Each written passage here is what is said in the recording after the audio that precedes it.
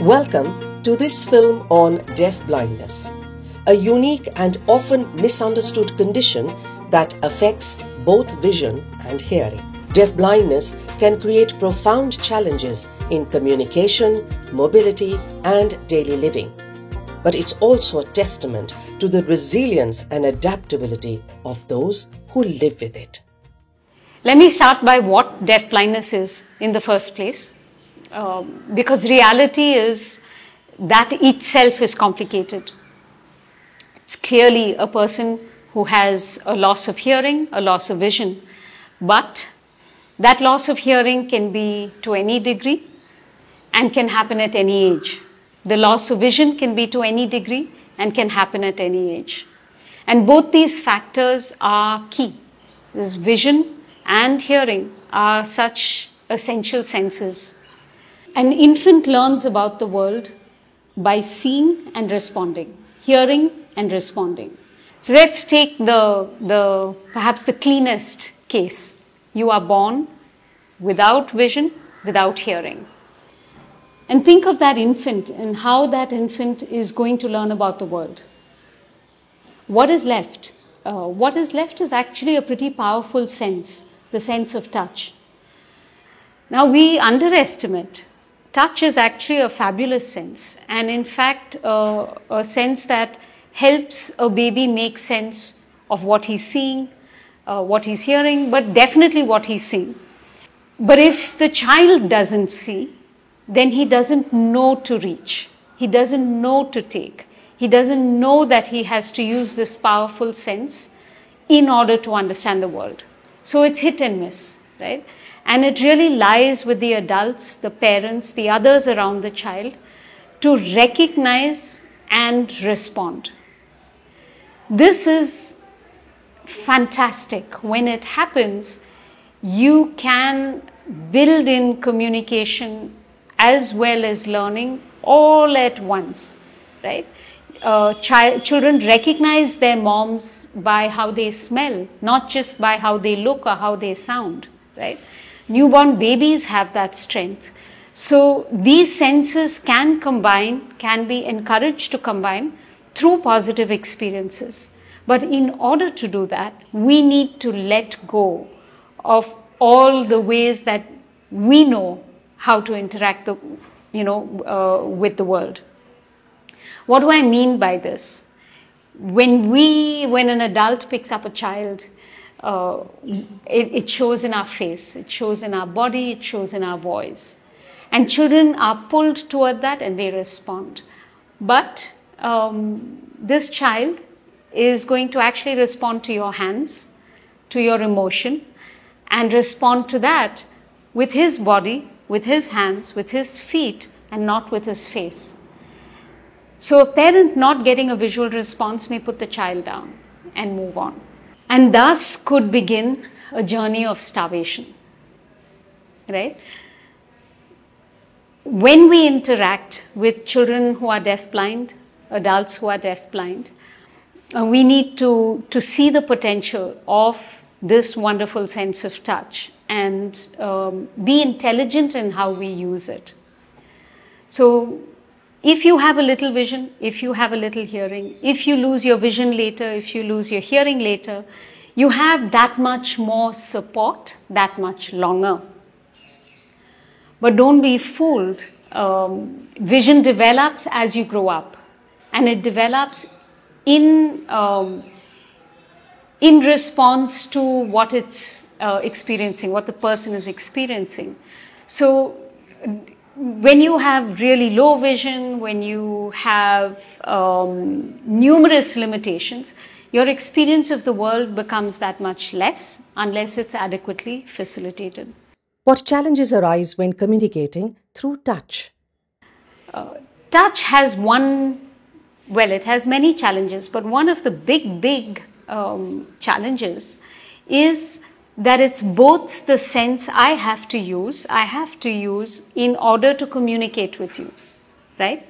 But it's also the sense you have to use in order to understand the world. So that wonderful, age where you can point at the bird and you and the baby and Everyone's looking at the bird. That whole thing happens so effortlessly. It's so hard, right? So now what I have to do is I have to take your hand, I have to touch something, you have to feel that my hand is touching something or doing something. Then I say to you, oh, that's whatever it is. You have to listen, grasp that without having as yet touched it. Then go back with me and touch it. Then come back with me and sign it. And then go back and come back. And in this way, you start to piece together your understanding of the world. So being patient, taking time, giving time for that processing, those connections to be made. These things become essential. Being deaf-blind early in life is not as a big barrier as not being connected with an environment, with an adult group that does understand you. When I think back on my old students and now colleagues and friends, I have someone who works in a company. I have several who work in various government jobs, post offices, banks, etc. Many are married, many have kids, many run businesses, and many are struggling. Many are struggling. Many have great capacity but are surrounded by people who don't see it. Many have a lot of challenges in learning, in performing, but are surrounded by a very enabling environment. Tell us about your students and the work they are doing. My old students came together to start their own society, SEDB, the Society for the Empowerment of the Deafblind. It's the first organization of its kind of the deafblind, for the deafblind. It's pretty marvelous. And watching what they've done, they've formed a WhatsApp group into which they invite deafblind people from all over this wild and crazy country of ours, people who are deafblind,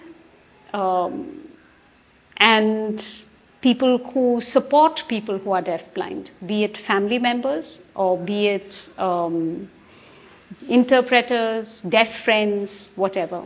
Especially because of the pandemic, they used it as a way to check on each other, to support each other, to inform each other, because you know well how accessible pandemic-related information was. So they used it as a way to keep tabs on each other, make sure everyone's all right, raised a lot of support for those who needed it, and there were many. They have over 100, 150 members. It's wonderful to watch how they support each other, how they communicate with each other. And it blows my mind that this group of people who have profound communication challenges are so noisy. That group never stops. It never stops. There's someone saying something all the time. And they have evolved their own rules of what is okay to post, what is not, how, to make it accessible to somebody else, someone who may need sign slowed down.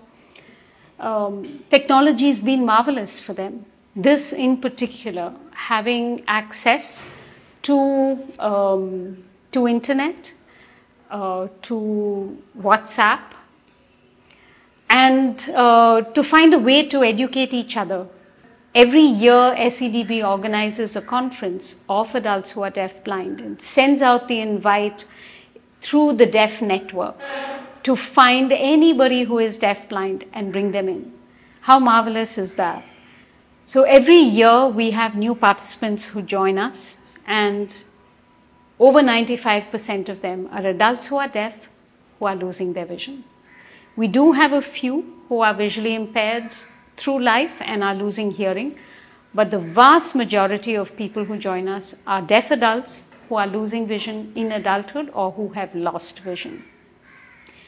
In this group, those who have gone, in school, developed good literacy, are using writing as a way, writing on the palm, as a way of interacting. Many are married, have kids, have jobs. For those who didn't have great literacy, and those who went through oral education and don't have sign language, this is a giddy nightmare. What is marvelous is how this group is able to support them. Often the family member comes to a professional, "Ma'am, can you help?" But the best support, the best counseling I've always seen is by these guys. The way they can motivate each other, support each other is marvelous. How can we support individuals with deafblindness?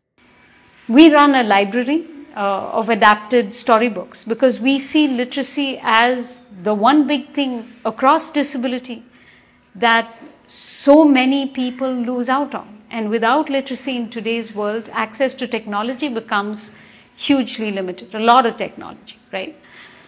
So we run this accessible reading materials, the ARM library, and it's targeting the youngest children, but it's also targeting kids who may have an accident, need to develop new ways of learning to read, even if they did read some way before.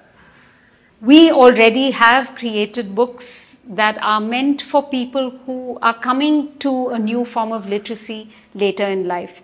So it assumes that you are your age. You don't want to be reading A for apple, B for ball, right? So I have put together these really simple collections. You learn 6 alphabets, I'll give you a book. You learn 12 alphabets, I'll give you a book, And they're silly books, they're funny books, and you get a kick out of it.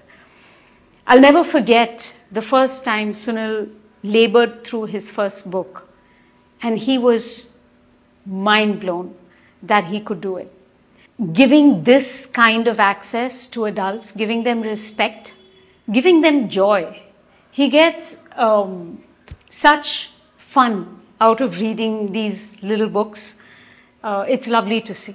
It's really how you need to enter literacy at any age, right? The other big barrier that I want to talk about is interpreter services. There is an assumption that if you are deaf-blind, how do you sign? Or how do you receive sign or sign? And the way you do it is simply like sign language, except that I have taken, we have each other's hands in our hands. So if you sign, it takes you very little time to get used to this idea, and it kind of flows quite naturally. So in many ways, people who are deaf serve as marvelous supports to people who are deaf-blind in interpreting the world for them. A trained interpreter is often a barrier because they are trained to do a specific job, and their job is to take speech and convert it into sign, take sign and convert it into speech. But if you can't see, you're missing more than what you hear. So who's going to help them figure that part out? What SEDB would like to do and what I'd like to see happen is a proper training course for interpreters to be certified in being interpreters for the deaf-blind. And what I'd really love to see is for this to be offered to the deaf population. I have an adequate vocabulary in ISL. I'd love to give you this skill. I'd love to give you this skill because they do get it. And in addition, it means that the deaf community are at risk, of course, at being deaf-blind. Just age can make you deaf-blind. So to already have these skills inside you, to have this familiarity inside you, would be marvelous. What is tactile sign language? People who are deaf-blind use tactile sign language, right? So they use sign language, but it has to be hand against hand. It includes components of sign which can be anywhere against your body to capture the visual elements as well. There is a convenience in using a single hand signing system, and that is that I can listen and talk, and then I can listen and talk. So this back and forth smoothness of conversation happens easily if you use a single handed way of signing. Sign language will very naturally slide between two-handed. There's a proper sign and there's a shortcut. Just as we slang our words, right?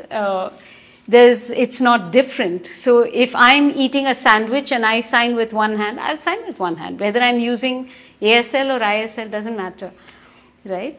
It's about the fluency and comfort with the language.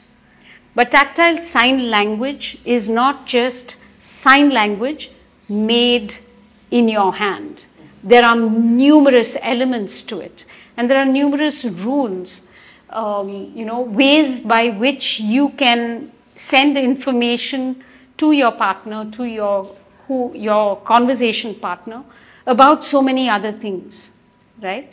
Where you are, what's going on, why something has happened, why is it suddenly so hot, what has changed, hey, the lights went off. Stuff that you know automatically needs to be passed on. So your partner is a part of what's truly happening around them, right?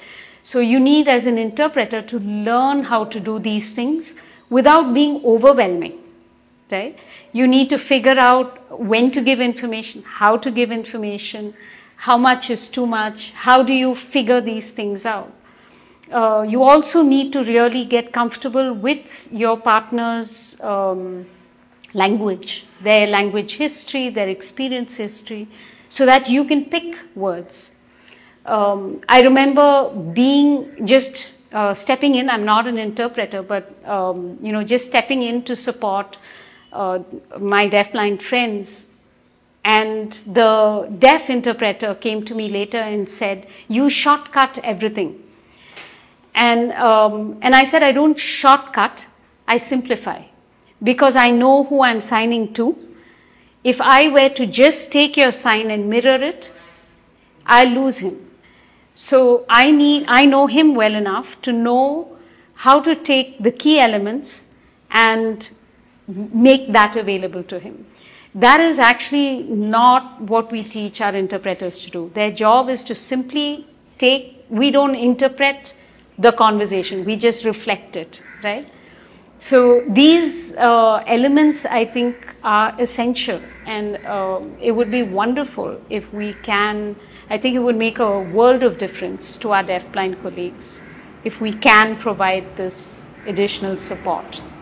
What essential aids and technologies are currently available for individuals with deafblindness? Typically, if you are identified at birth as having vision and or hearing impairment, certainly, spectacle correction, etc. will be offered for visual impairment, magnifiers, etc. For the deaf, hearing aids today, a lot cochlear implants. Once you're in school, Braille, assuming you're blind, Braille, and any technology access will require a refreshable Braille display. A refreshable Braille display is, for the visually impaired, whatever is on the screen has an audio readout and they can use an ordinary keyboard. The deaf-blind can use an ordinary keyboard, but they can't hear the screen, they can't see the screen, so they get Braille that comes out on a little, like a foot ruler, that just reads line by line, word by word, letter by letter, whatever you choose. They can type, so they can flip between the modes. This same device in a shorter form is something that a smaller version is something that they can carry with them and Bluetooth connect to their phone. So this gives them, access on the go. However, we always teach multiple modes of communication. So Pradeep, for example, till today, will make a little communication card for quick access. For example, if he's booking an auto, there are 2 or 3 places. He wants to go to church, he wants to go to work, he wants to get back home, etc. So he will say, he will ask me to write, and then he will braille on a transparent sheet of paper and stick it on top of it. So he's able to figure out which message says what. It'll include things like something at the canteen, at the office canteen, some typical problem he runs into in terms of maybe with his computer at work, maybe stuff he wants to buy in a shop. So he makes himself a little book that he updates every so often. We also teach writing on the palm. We also have pre-printed cards in multiple languages, and so on. So there's any number of things that they may use. But in school, having access to low vision devices, computers, refreshable braille display, these things are going to be essential in order for them to truly access the curriculum. In addition to this, having access to real models, to be able to have things that they can explore and do so that they can comprehend what would otherwise just be text to learn by heart. These are things that are essential. Overall in life, cane, we did a survey during the pandemic, and the cane and the phone were the two big winners in terms of what they rely on, even in adulthood and across all areas of life. And that's something that should make us all pause, because phones are not typically taught at school age. And they really should, because that's what they use through most of their life. We do have smart canes, we do have radar and all these other things, but by and large, I've seen a strong preference to using an ordinary cane. They enjoy the other stuff, but I think they rely quite heavily on something that isn't perhaps an additional use of tactile, that heavy vibration response. After a while, I think they need a break. Helen Keller once said, "Optimism is the faith that leads to achievement. Nothing can be done without hope and confidence."